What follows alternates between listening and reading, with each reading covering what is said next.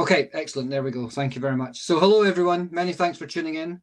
I actually have quite a lot of data on my slides today. So my advice would be to make the slide screen bigger and my face smaller. That's not just for the reason of making my face smaller, but also because, as I say, I'm sharing quite a lot of charts.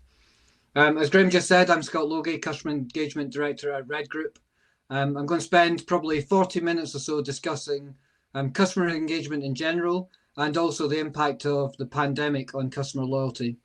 This is mainly based on some research that's been done by the Data and Marketing Association that I thought would be useful to share. In addition to my role at REaD Group, I also chair the DMA's Customer Engagement Committee. So I've been very close to the commissioning and distribution of this research. And actually at last year's event, I shared some of the slides from the research. And so I thought it'd be useful to update based on the most up-to-date research, which we carried out during the pandemic, which hopefully will give some insight, not just into the way that customer loyalty is changing, but also what the impact of COVID-19 has been on individuals and their loyalty. So a bit of context. Now, I bet I'm not the only person to mention this over the last couple of days, but 2020 so far has been a bit rubbish, I think it'd be fair to say. And it feels like, there's been a few years recently which have been a bit rubbish. 2008 spring to mind, for example, where we had the bad recession. But I think 2020 really takes the biscuit for being a total write-off. Shops have been closed, travel has been nigh impossible, people have lost their jobs or been put in furlough or had to take pay cuts. As consumers, as individuals, we've been forced to consider who we spend our money with and why, in ways that we would not have considered before. And through all of this, we've seen some amazing examples of loyalty. So I live quite close to a very small market town, and the loyalty shown to the retailers within that town has been amazing. Just trying to help those businesses stay afloat, for example, to ensure that there is a high street in the future, has brought the community together. So what I'd like to do today is investigate this a bit further, but also look at the potential impact for brands and agencies who support those brands. Before I get into that, I just want to talk a little bit about REaD Group in a bit more detail, if you don't mind. We're the UK's most trusted data and insight agency. We provide data cleaning and data insight services to a number of sectors, and some of the UK's biggest brands, including brands like Sainsbury's, British Gas, Sky, Marie Curie. At the heart of everything we do, there is a fundamental belief that everyone is an individual, and the more you treat people like individuals, the better marketing will be. We also believe that customer engagement is a combination of three key components: great data, which we hopefully provide, brilliant creative ideas, and technical execution. And I think that's particularly relevant during tough times like we're having at the moment. So that's it. No more REaD Group adverts. If you want to know more about us, then either get in contact on LinkedIn later, or you can find out more on our website. So for the main body of my presentation today, I'm going to lean on some of the recent research released by the DMA. This research was carried out in September of this year, but importantly was a continuation of 5 years of ongoing research. This year, our research returned to a topic we last investigated back in 2018, which was customer loyalty. However, this time we conducted it amid one of the most dramatic shifts our generation has ever lived and worked through. Therefore, we'd be remiss not to acknowledge the nuances of the world we find ourselves in during 2020. As you'll see from this year's findings, not just coronavirus, but also Brexit and all the other challenges 2020 has thrown at people, has not changed the core principles of trust and loyalty as much as we might have thought. So let's just start with some questions we specifically asked around the impact of coronavirus.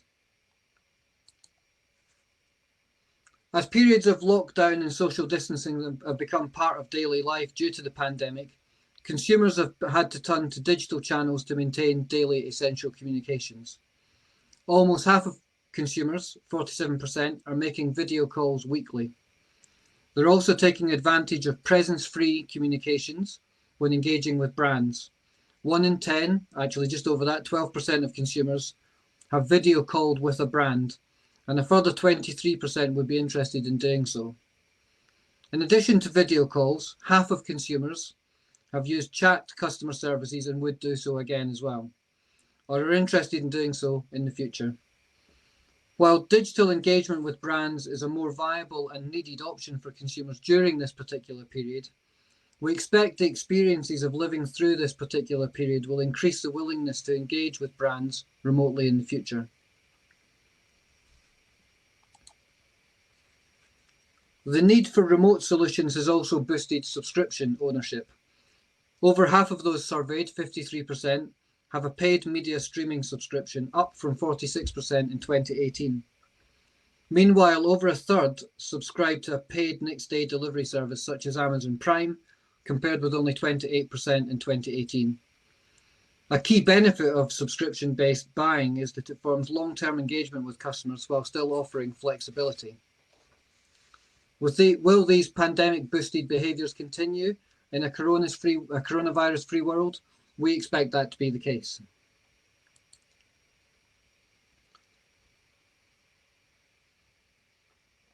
A key question we asked in the research was, what do consumers expect brands, or how do consumers expect brands to communicate during the pandemic, and also what they expect them to communicate as well.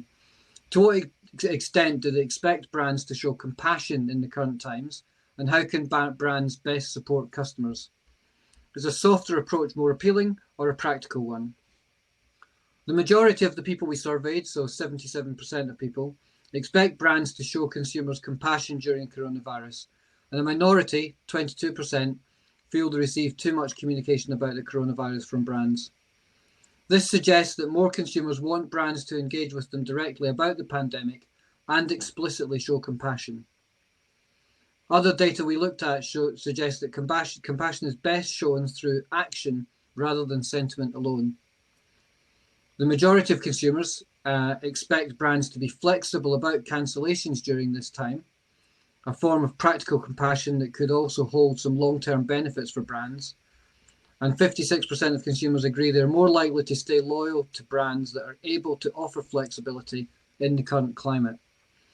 I think there's quite a lot of lessons here for brands, and one of the big questions really is around compassion and what exactly compassion is and how that compassion can be reflected by a brand. When asked specifically what brands should communicate during the virus, consumers are more likely to rank practical support for both customers and for staff as important, even more than getting discounts or promotions, which is always what tends to come top when we ask these kind of questions. 2/3 of people want brands to tell them what they're doing to help customers, rising to 80% for over 65s, and 59% of people want brands to tell them how they're keeping staff safe. I think that's a really interesting comparison, and also something that's been pulled out quite strongly, that it's not just about how the brands are dealing with the customer, but also what they're doing to support staff. That softer, compassionate engagement, such as providing messages of support, appears less important in comparison, though these do seem to chime more with younger ages. For example, 1/3 of 25 to 34-year-olds say they appreciate uplifting messages of support, or have done during the last few months.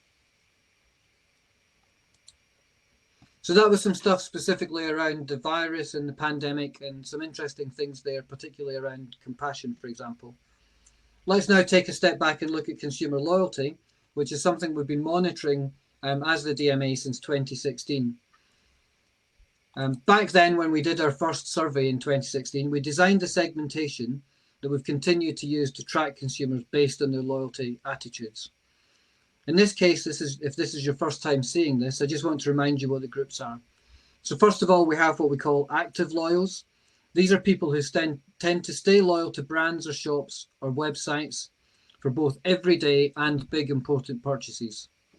The habitual loyals are people that stay loyal for the everyday purchases, but less so for those bigger important purchases. The situational loyals are the other way around. So they tend to be loyal when making important purchases, but are flexible and fleeting when making everyday purchases. So when it matters most, they're likely to default to their trusted brand. When they're choosing their packet of biscuits, they're more likely to go for the offer on the shelves at that particular time. And then we have the active disloyals. Those people who tend to disagree with the statements that we make and are hence more likely to be disloyal in their approach to any brands at any particular time, whether for bigger purchases or smaller purchases. The latest update of this segmentation reveals that 51% of consumers are active loyals, and this remains consistent with 2018.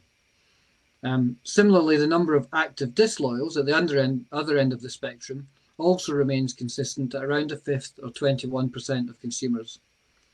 In 2020, the small rise in the habitual loyals could be attributed to consumers focusing more closely on everyday purchasing during the pandemic, and less opportunity for those bigger purchases such as holidays, cars, that kind of thing.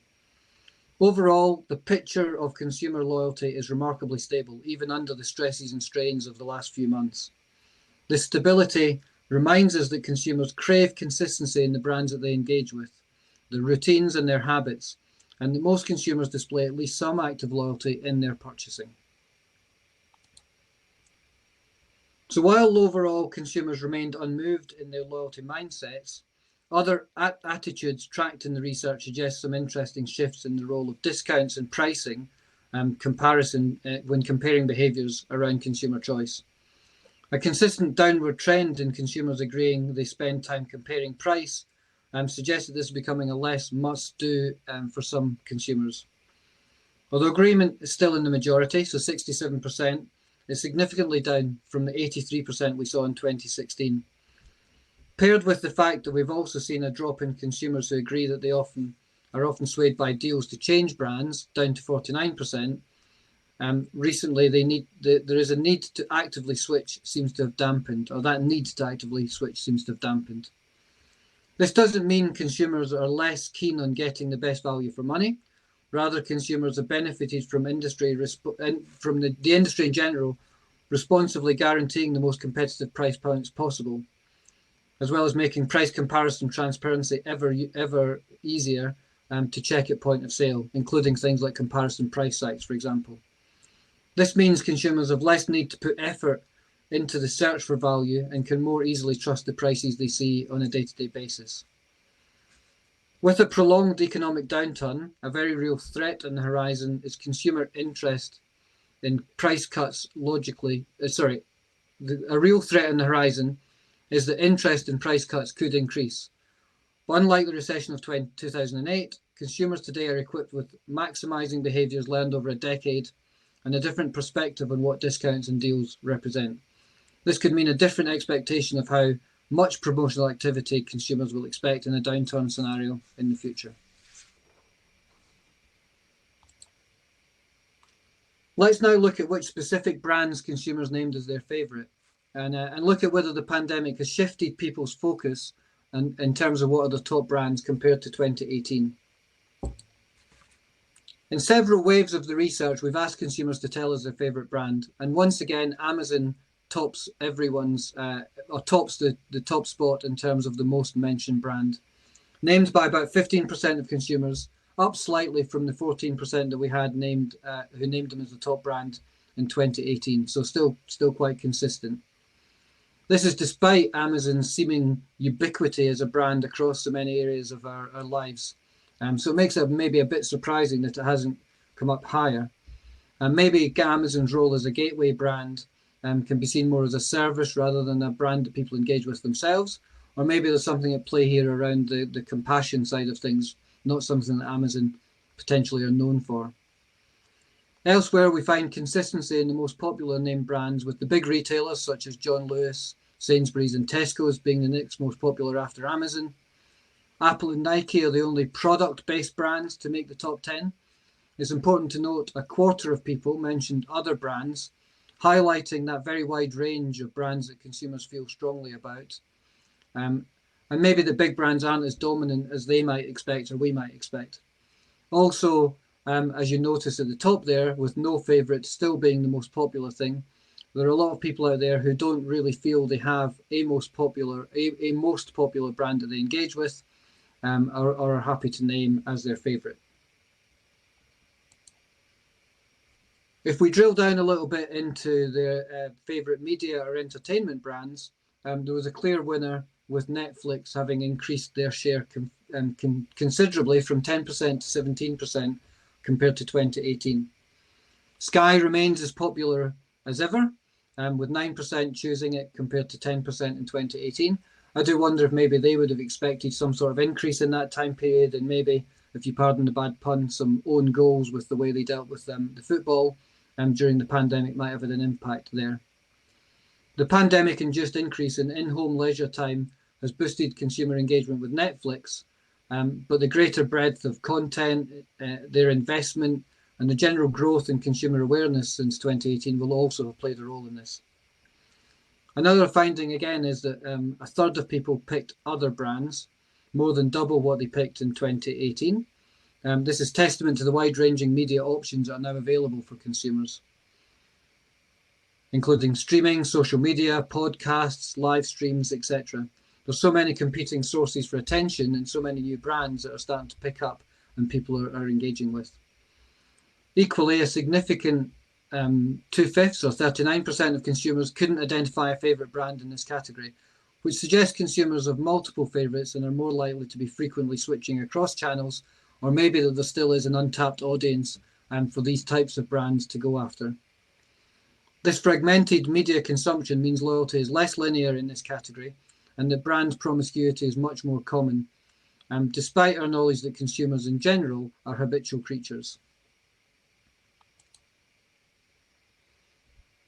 When asked about general favourite brands or with those within specific sectors, significant proportions of consumers do not feel they have one brand they're most loyal to, as we saw. Across these figures, over a third do not have a favourite brand at all. Under the umbrella of more stable loyalty than that the research shows, there's another picture to contemplate. To understand the motivations behind their lack of perceived loyalty, we asked these consumers why they didn't feel particularly loyal to brands. There was a lot of different reasons that were picked out, from simply not feeling strongly about brands to wanting to try new ones, as you can see here. By clustering the most commonly picked combination of why variables, why consumers are not loyal, 3 clear groups emerge, as you can see. It's interesting that 2 of these 3 groups state barriers to loyalty that brands should be able to overcome with the right targeted strategies. Discounts can be countered with counter offers or wider benefits. Reward mechanisms for continued loyalty can be revisited to return genuine value. And innovation and communication about improvements can be used to appeal to those who like change and who like novelty. Yes, there may be a group of about a third of people, or 29%, who might never wish to engage with brands apart from transactionally, but there is potential for the majority to be re-engaged by the brands they currently use or know at the moment. There is still quite a lot of hope for those organisations to build loyalty with the brands that are in this particular sector. Okay, let's move on to another category then. As we're going to look at now is loyalty in general and what are the key loyalty drivers in 2020. To understand how consumers perceive their own loyalty to their favourite brands, we asked them to categorise their loyalty as either habitual or genuine. In other words, is there a sense of loyalty driven more by habit, or do they feel a more genuine connection with their favourite brands? As you can see, a majority are loyal to their favourite brands because they really like them, but there are some quite clear differences between brands.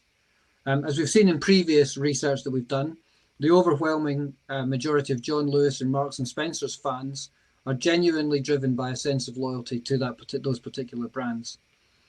Key to these brands is a customer-centric approach that goes beyond the delivery of just functional convenience. In contrast, if we look at someone like Amazon, who we've been looking at previously, which is also, as you know, the most popular brand in our survey, it's almost as likely to be driven by convenience as a genuine connection.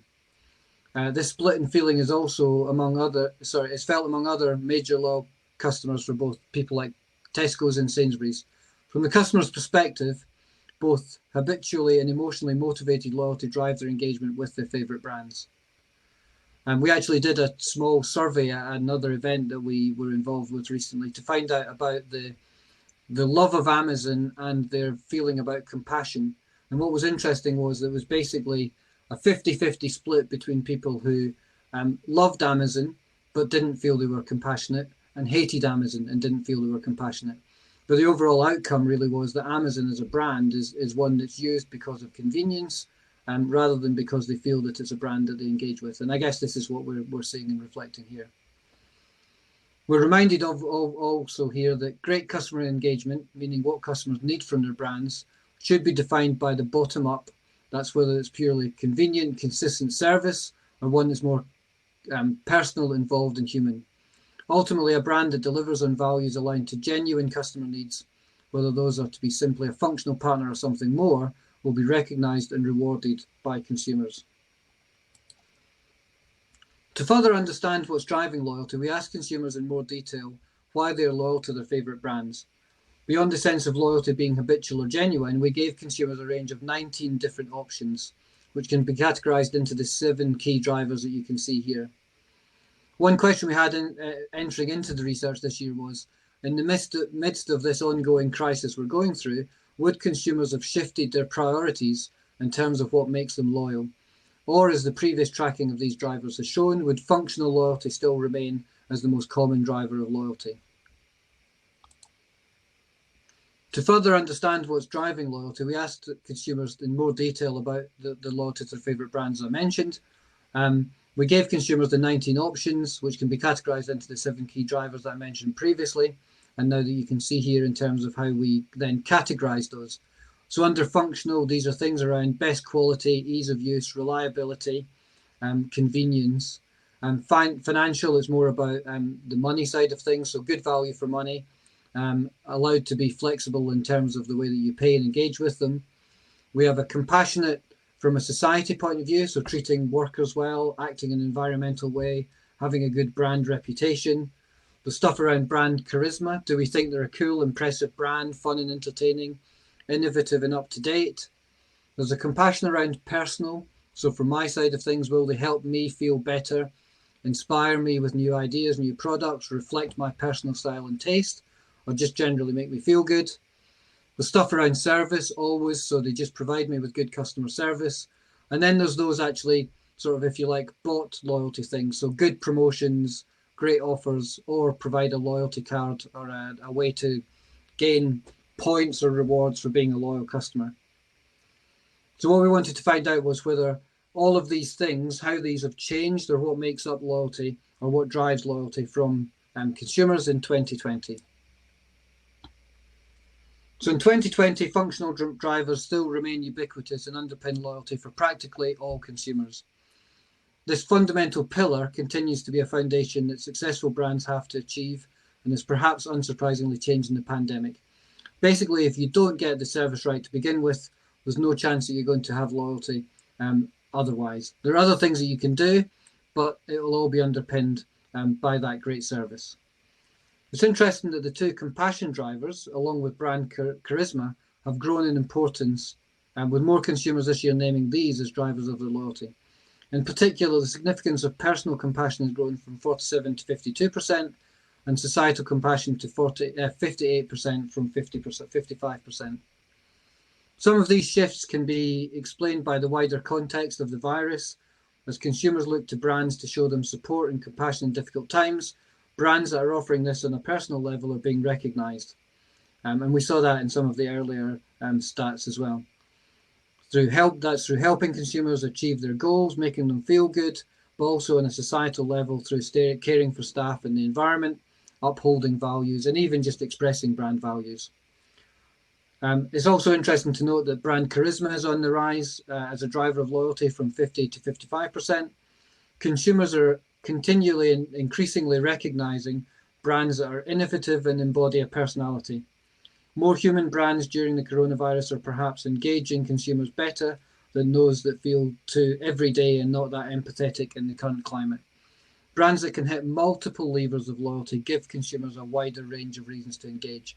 And I think that's really important when it comes to that underlying functional first, but then also overlaying that with the other drivers that we see here.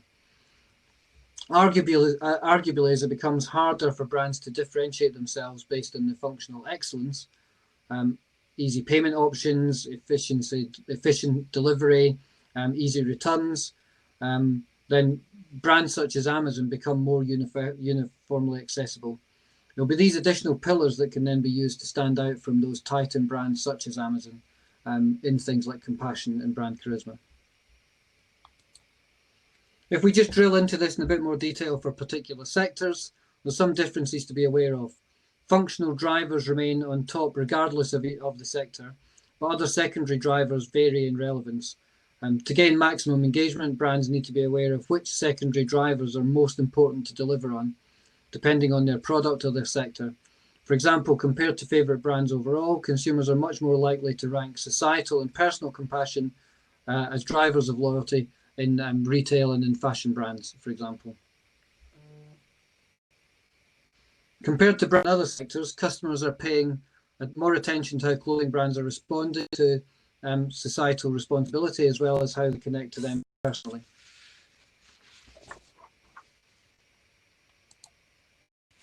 Finally, from the research, let's dive deeply into channels of engagement, which I think will be something that's relevant for us here at Epic today. So as with what we've seen before, email is by far the preferred channel for consumers for receiving marketing from brands. 73% of consumers rank this as either the first or second preference out of the 9 different channels that we offered. In comparison, only 1 in 5, 18% of people ranked social media as either their first or second choice. It's also interesting to look at the role of post, which is still second, although it lags behind email by quite a long way. We have seen in other research this year, obviously, that trust in post has increased significantly, and that's something else that we wanted to look at in detail as well. So when we look at trust and relevance, consumers perceive email to be the most trusted and relevant channel. 58% of consumers trust email marketing, and 2/3 perceive emails as relevant. Trust levels could be optimized further because there are still some other areas, such as phone, for example, where there is still a high relevance, if you like, or high trust element there.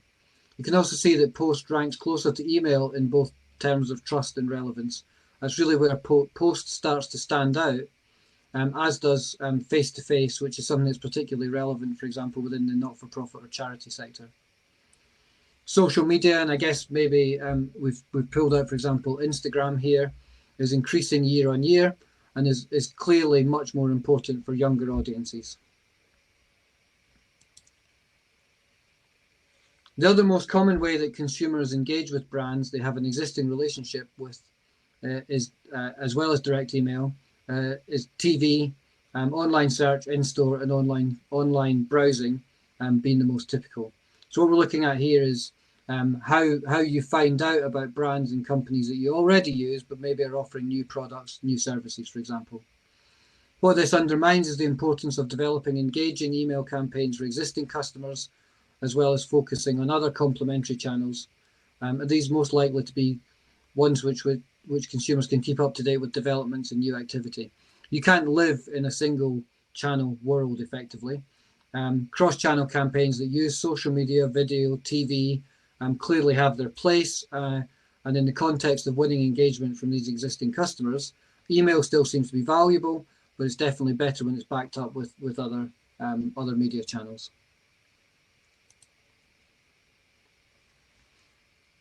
When we then drill down into a bit more detail in terms of the ways in which individuals engage with brands or initiate contact with brands, email is again the preferred channel for the majority of consumers, but there's a variation in the ways that consumers wish to engage with brands depending on specific context. For example, when making a complaint, telephone is a preferred channel with 40% of consumers, or 2/5 of people, compared to email for 2/3 of people. Similarly, telephone is also an important method for making specific product queries for over 1/3 of consumers. And when it comes to order updates, email is again strongly preferred, but text message is something that comes out quite strongly at that point. And contacting via text remains a more popular way to get updates than things like messenger apps or even social media. So while email may be seen as the easiest way to receive marketing updates from brands, consumers still value being able to communicate with brands across a wider range of channels, especially when they're looking for more immediate response. Arguably, when consumers are making the first move, communication preferences are even more crucial to match consumer preferences, ensuring a seamless engagement experience at times when consumers are actively engaging with that particular brand. So I think it's important to bear in mind how and why and when you're consumers are likely to engage, and therefore what the channels are that you should make available to them to do that. So let's just try and dilute that down a bit more in terms of what we've learned across all of the research. And that's it in terms of me sharing stats for today, you'll be glad to know. But I think there's some interesting things that we can pull out. As we've seen, the recent situation means that we have to consider how we use digital channels for engagement. Many brands are using things like Facebook and Instagram already, but there are other opportunities for other channels to be used. Addressable TV, for example, or messenger apps. Having said that, we can't ignore the traditional channels. Email and direct mail are still very trusted media for many brands, and trust is clearly vital when you're in a pandemic as we are at the moment. And it's interesting that what's happening over time as we add more channels isn't that things like email and post are being diluted, it's just that they're becoming important to work with other channels as well. Video clearly provides an opportunity, not just for content creation, but also for marketing. There have been some really innovative uses of video for things like arts charities, for example, for hosting virtual premieres and exclusive events. And it's interesting to look as to whether this can be extended for other sectors. Large donors in charities, for example, or high-value customers for fashion retail brands. Again, through all of this, brand is still a very vital and important mix of part of the engagement mix, maybe even more so in uncertain times. Consumers feel safe with known brands, and there's certain elements and levers within brands, such as the brand charisma, that compassion side, that clearly appeals to particular sectors of customers, and therefore is something that should be looked at from the overall brand perspective as well. Every time we do this research, we see that function plays a key role in loyalty. For me, this is all about just doing the basics right, ensuring that you meet the basic service demands, get that right, response times, solving problems, ensuring consumers can log on okay. All of those basic things. I've had a terrible experience in the last couple of weeks with Now TV, for example, and that would make me feel very strongly about not using them again for watching Scotland football matches in the future. Basically, if you get the service elements right, then you have a great platform to grow across the other sectors, the other elements of loyalty. And then finally, we saw from our 4 groups in terms of segmenting loyalty types. That might work for you or for your brand, or it might not. For us, it's a very easy way for us to look at the research and compare it year on year. One thing I would say, and I've made some general sweeping statements across all of the stuff today, is that one size does not fit all. And clearly, even as a brand, there are lots of different things and lots of different levers that you could and should be using to ensure that you build trust and loyalty with your consumers over time.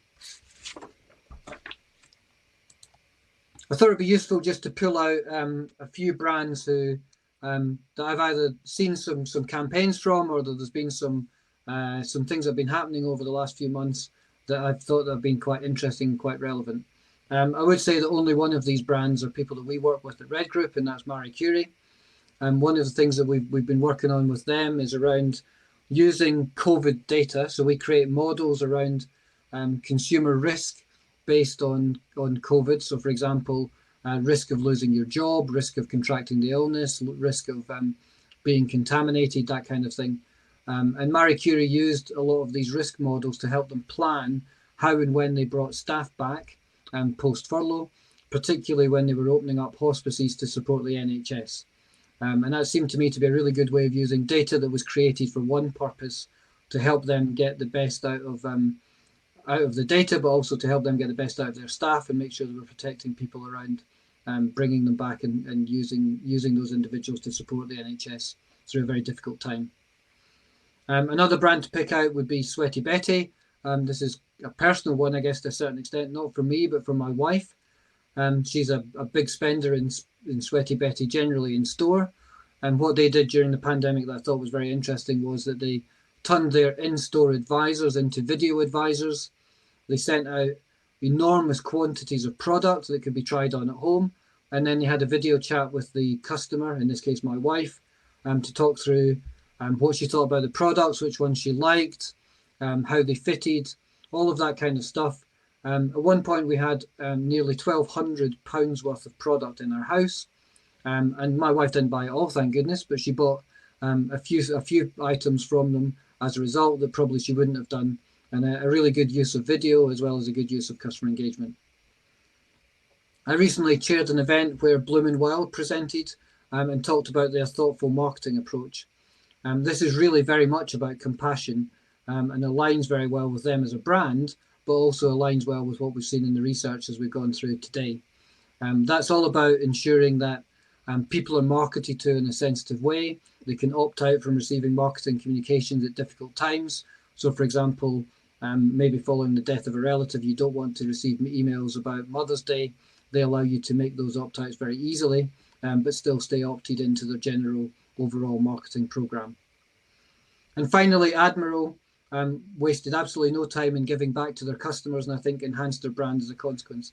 They offered all of their customers a £25 refund on their car and van insurance without any need to apply. Basically, due to the fall in the number of claims following the government advice to stay at home, they'd less to pay out, and they paid back to their customers, or some of that back to their customers. That showed, I think, a genuine support for their customers during a period of financial strain, and I would imagine that's gone a long way to ensuring customer loyalty. As I said at the beginning, there's been some really amazing examples of loyalty from consumers to brands during what's been a really difficult time. I think that also works the other way around, and there's been some really great examples of brands showing loyalty to their consumers during that time as well. So a final little advert for REaD Group, if you don't mind. I mentioned at the beginning that REaD Group is all about data. As I said, our belief is that if you align great data with great creativity and good tech, that helps you to build great ongoing loyalty programs for you and your customers. And we hopefully are all about the data and therefore all about helping to make those programs happen.